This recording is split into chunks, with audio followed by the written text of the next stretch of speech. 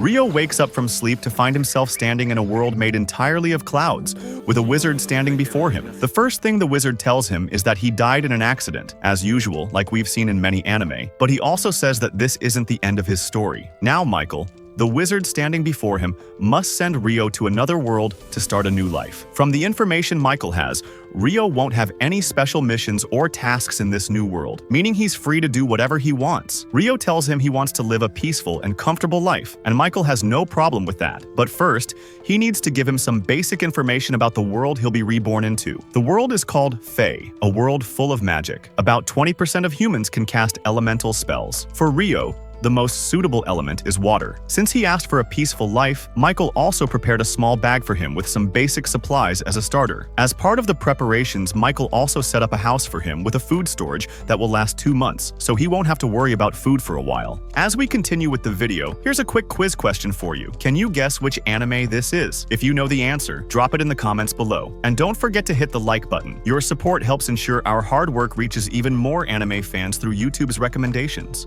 He also bought him a book with detailed explanations of all the monsters he might encounter around him. This book will be useful later when the forest monsters appear. But for now, Rio wants to try his new magic, so he goes outside and tests his water spell. Suddenly, a ball of water forms in his hand. Magic turns out to be much easier than he expected, but he also discovers he can do it just by thinking about it without chanting the spell, meaning chanting isn't strictly necessary. Once he confirms he can use magic, he immediately heads to the bathroom and starts filling the bathtub with water. But he quickly realizes he can only manipulate normal water. There's no way to enjoy a warm bath. So he goes back outside and tries to light a fire to heat the water, but unfortunately, he has no idea how to start a fire. He keeps trying, but it's useless. Eventually, he gets frustrated and lies down on his back. While lying there, he looks at the sun and gets a brilliant idea. He needs to use ice magic too. He grabs a bucket, fills it with water, and focuses on it, trying to compress the water and draw out the heat. After a while, ice begins to form. With a bit more practice, he shapes the ice into a magnifying lens, uses it under the sun,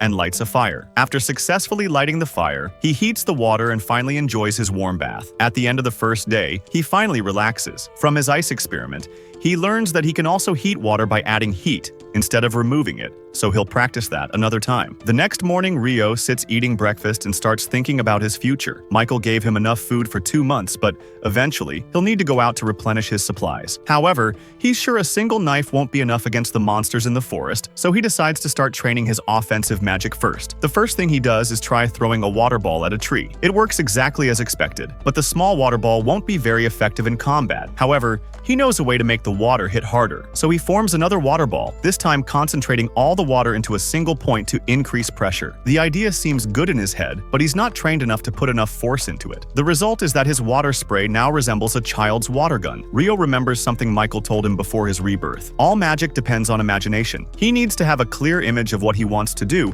and keep practicing until he masters it. After a few days of continuous training, his water sprays become somewhat acceptable, but they're still not strong enough to kill a monster. Rio also learns to heat water, meaning he can now take warm baths, though he still needs to learn better heat control. The next morning, he decides to work on his ice magic again. He goes outside and tries to create ice from the air this time. It takes a huge effort, but eventually he manages to form ice from nothing, though it took him 3 or 4 days of training to get it right. He still can't throw ice as easily as water. So far, his training is going well because none of the spells he's tried have failed completely. But over the next few hours, Rio doesn't stop training. He keeps pushing himself until he collapses on the ground from exhausting all his magical energy. He decides to call it a day. The next morning, as soon as his energy returns, he resumes training, and this becomes his daily routine for the following weeks. After all this training, he can now shape ice instantly, meaning he now has an effective attack. First hunt. Now that he's mastered his offensive spells and his food is running low, Rio heads into the forest for the first time to begin his hunting journey. Immediately,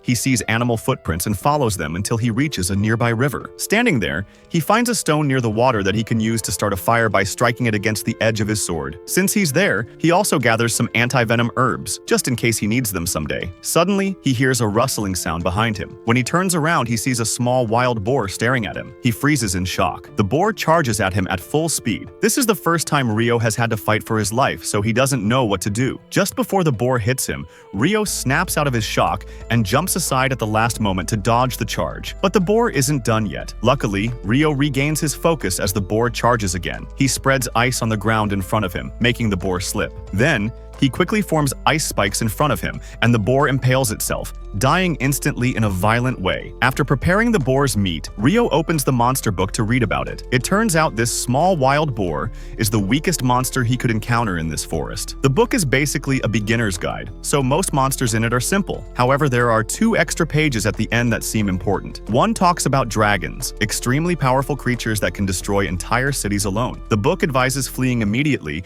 if you encounter one because you'll never stand a chance. The other page talks about demons, but there isn't much information. All the book says is that if you meet one, you're as good as dead. The next day, Ryo goes out hunting again, but he doesn't notice an attack from above, a giant falcon. This falcon can use wind magic and can slice its prey apart. Ryo is forced to run while creating ice shields to block the falcon's deadly attacks. He knows the falcon is extremely difficult to face, so he tries to avoid confrontation, but there's no way to escape. The only solution is to fight. He raises his hand and starts shooting his water sprays, but the falcon dodges them all. It dives at him, activating wind magic to attack, but Ryo barely reacts in time, creating an ice shield and slamming it into the falcon's eye, sending it crashing into the ground. After a moment, the falcon regains consciousness, but its eye is destroyed. It flies away to escape, but before leaving, it gives Ryo one last glare, as if memorizing his face. Now, he has an enemy. Ryo finally catches his breath, unharmed, but he never expected his peaceful new life to be like this, a mysterious night. While running from the falcon,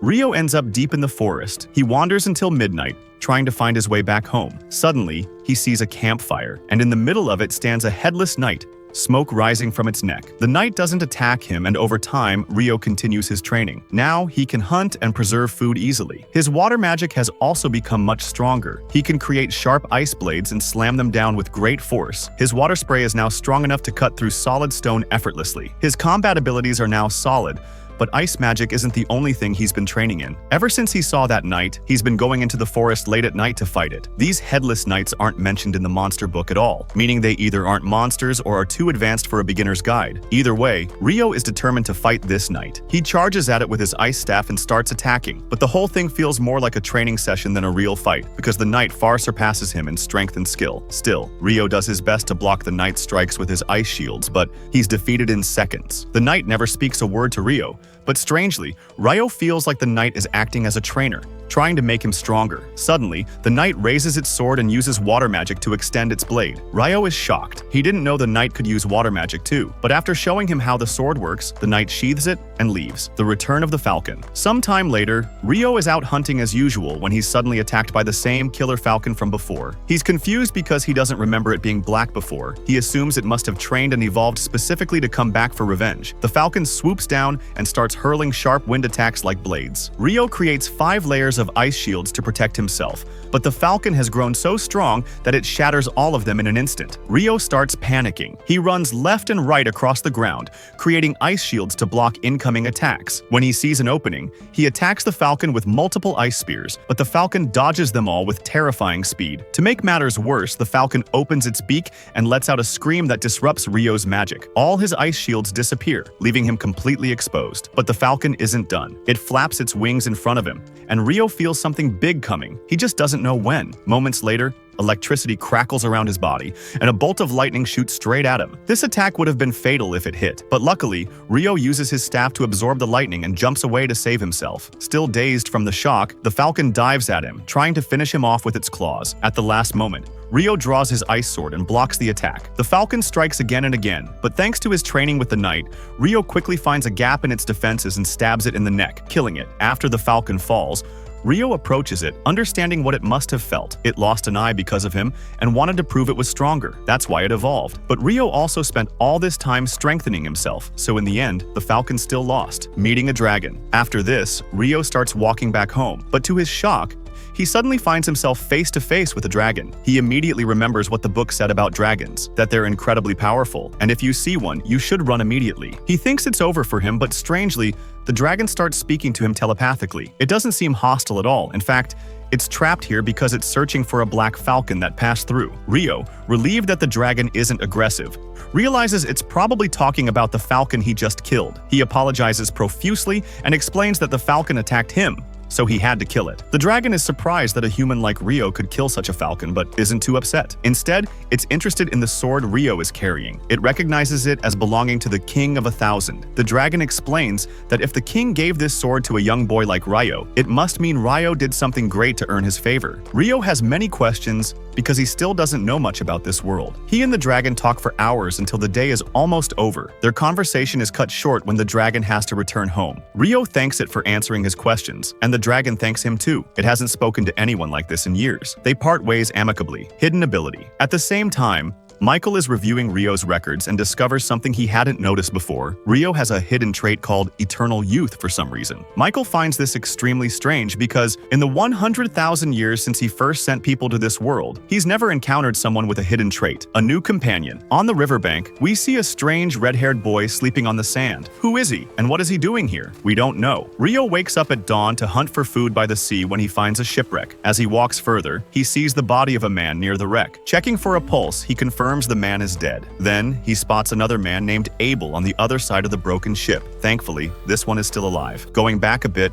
we learn what happened. A group was traveling on this ship when a massive storm hit. In the middle of the storm, a giant octopus attacked, splitting the ship in two. Everyone drowned. But since the incident happened close to shore, some washed up here. Rio carries the unconscious Abel to his house and goes out to finish some errands. When Abel wakes up, he starts wondering where he is. He steps outside and sees a garden of roses and a stone path leading into the forest, all carefully arranged by Rio. Rio returns, overjoyed to see Abel awake, even though they've never met. Abel is shocked he didn't sense Rio approaching. What bothers him the most, though, is that Rio is living in extreme poverty. He wants to ask if Rio is mentally challenged for not having proper clothes, but he holds back to avoid making a bad first impression. Instead, he introduces himself politely and thanks Rio, assuming he's the one who saved him. Rio humbly says he doesn't deserve thanks. All he did was carry him home. Then, Rio delivers the bad news. Everyone else on the ship died. Abel tells him not to feel bad. They were all smugglers anyway. Before he can continue his story, his stomach growls loudly from hunger. Rio suggests they continue their conversation over lunch. Abel asks why Rio doesn't have proper clothes, and Rio simply says he doesn't know how to make them since he lacks materials like thread or fabric. Abel suggests buying clothes from a nearby town, but then he remembers Rio might not have money. He doesn't even know where they are and just assumed there was a town nearby. Rio explains the situation. There are no nearby towns, which is why he's been living like this. Abel asks how he gets food and is shocked when Rio reveals he's a water mage. This bothers Rio a bit because he thought he was more special. Michael had told him only 20% of people had magical abilities, but Abel says it's actually 50% in the Empire. Abel wants to confirm something, so he asks Rio to take him back to the shipwreck. When they reach the shore, they find no bodies. Rio assumes the sea swallowed them or monsters ate them. He realizes that if he hadn't saved Abel, he would have been eaten too. This makes Abel even more grateful, and he tells Rio that even though they're strangers, Rio is truly a good friend. Abel searches the wreckage but doesn't find what he's looking for, so he changes his plan. He'll meet his friends in a city he believes is to the north. He asks Rio to come with him as a guide since he doesn't know the area well. Rio himself doesn't know either, but he agrees to be his guide, suggesting they start their journey tomorrow since he needs time to prepare. Abel agrees, and they shake on the deal. That night, Rio bids farewell to his life of solitude and goes into the forest to say goodbye to the Headless Knight, the mythical being who trained him. He tells the knight about his plan to travel tomorrow but promises to return someday. He expresses his gratitude for everything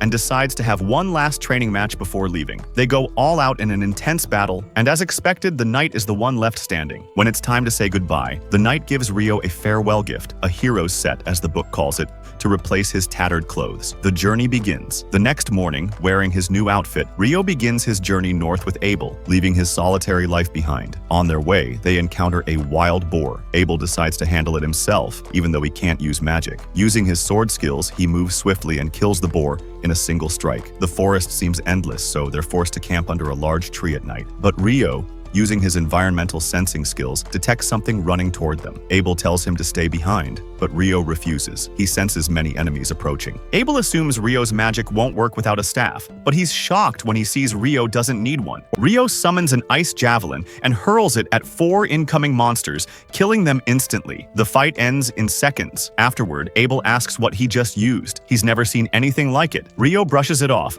calling it just water magic. Before they continue their journey, Rio casts a spell to summon water for them to drink. Abel says they're tired and the day has been long. so they need it. He takes the water but is still worried about something. The incantations Rio used to summon the water were different from what he's used to, but Rio doesn't respond much. They continue their journey, and as they near the city, Abel gives Rio some coins that can be exchanged. Rio is thrilled. It's the first time he's held money since arriving in this world. Abel, seeing his excitement, explains there are other currencies like this, and this one belongs to the Nightly Kingdom, where the city they're heading to is located. He also mentions the kingdom has 3 cities, Lune, Hundalo, and Duhe. The one they're going to is Lune. As they walk, they pass by some rocks, and Abel notices one moving. He attacks it, and Rio joins in, only to discover they've entered an area with rock golems. The rocks keep reforming, and Abel's sword does nothing. Seeing this, Rio summons an ice golem and uses it to smash 2 of the monsters. He repeats the tactic with the rest. When they reach the last one, they find it immobile. It had fallen on its back. Rock golems draw power from the ground, so when flipped, they lose strength. Under their feet, they find a magic core, a treasure, so they take it as loot. They leave the area and continue walking. At night, they light a fire and talk. They discuss dungeon magic, and Abel mentions he's seen it used as a trap in dungeons. The idea excites Rio, and when Abel notices, he asks if he's interested. Rio says of course, and Abel tells him he's lucky.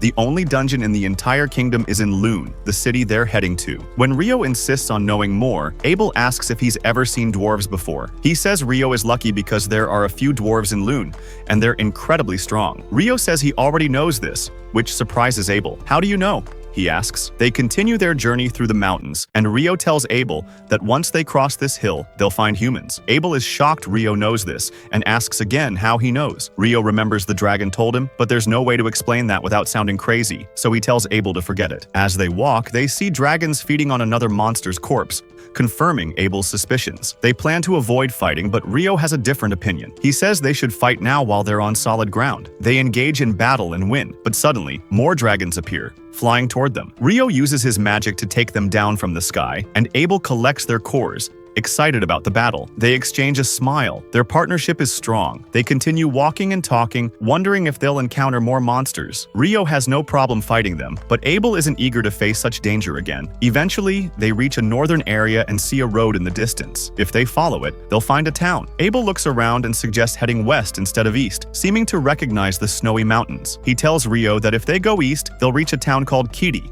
where they can rest. Rio is thrilled. He's been longing to sleep on a real bed. They reach the town quickly, and the first thing they do is head to a restaurant to eat. There, Abel tells Rio about adventurer guilds and advises him to register as an adventurer. He also explains that a guild card works like an ID, and with it, Rio can enter any place in the kingdom for free. Rio likes this idea, especially since Abel had to pay a silver coin to the gate guard to enter this time. Abel also mentions another benefit of joining the guild. Rio can sell magic stones and monster loot. Rio gets excited and seriously considers becoming an adventurer. The waitress brings their food, and Rio is genuinely surprised this world has food similar to his old one. Arrival in Lune. The next morning, they continue their journey and soon reach the outskirts of Lune. At the main gate, the guard recognizes Abel and is shocked. There had been news of him going missing. Abel doesn't have time to explain, but tells the guard Rio saved his life. The guard thanks Rio and welcomes him. Their first stop is the Adventurers Guild. On the way, Abel tells Rio that new registrants usually start at rank F, but since Abel is a veteran adventurer, he can vouch for Rio's skills. With his recommendation,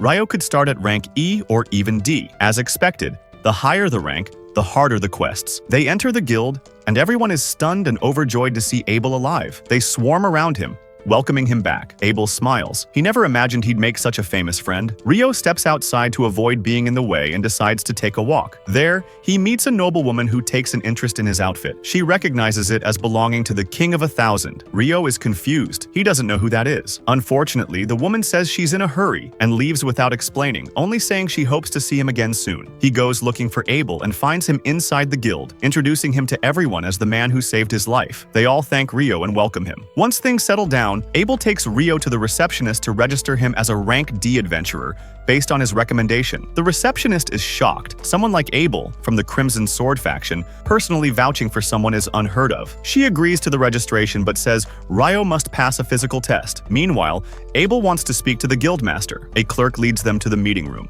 where the guildmaster bursts in like a rocket upon hearing Abel has returned. He's amazed they survived crossing those mountains. He asks if life is enough to raise Rio's rank, because he knows no ordinary person could do what he did. The guildmaster agrees and says he'll raise Rio's rank. Before they finish, a team enters the room: Lin, Ran, and Ria, members of Abel's faction, the Crimson Swords. Lin sees Abel and collapses to her knees in shock. She never thought she'd see him again. Abel stands and greets them, saying he would have died if not for Rio, who deserves the thanks. The guildmaster, knowing the team has much to discuss, excuses himself and asks a clerk to prepare Rio's registration papers, leaving the team to talk privately. Rio tries to leave with the guildmaster, but Abel stops him, saying they have something to do together, and asks him to wait at the guild after finishing registration. As he leaves, Rio feels overwhelmed by Abel's fame. Abel explains that his faction, the Crimson Swords, is the strongest in the entire kingdom, and they all felt his absence deeply. Rio asks if he'll be registered as rank D, and the guildmaster confirms it, saying he knows Abel is strong but couldn't have defeated those monsters alone, meaning Rio must be incredibly strong too, so he has no problem registering him at rank D. He hands Rio off to another desk, where Nina completes his registration. She introduces herself and brings out a book, asking about his skills and level. When she asks if he's ever entered a dungeon before and he says no, she tells him they hold dungeon training sessions every month and asks if he'd like to sign up. He decides to register,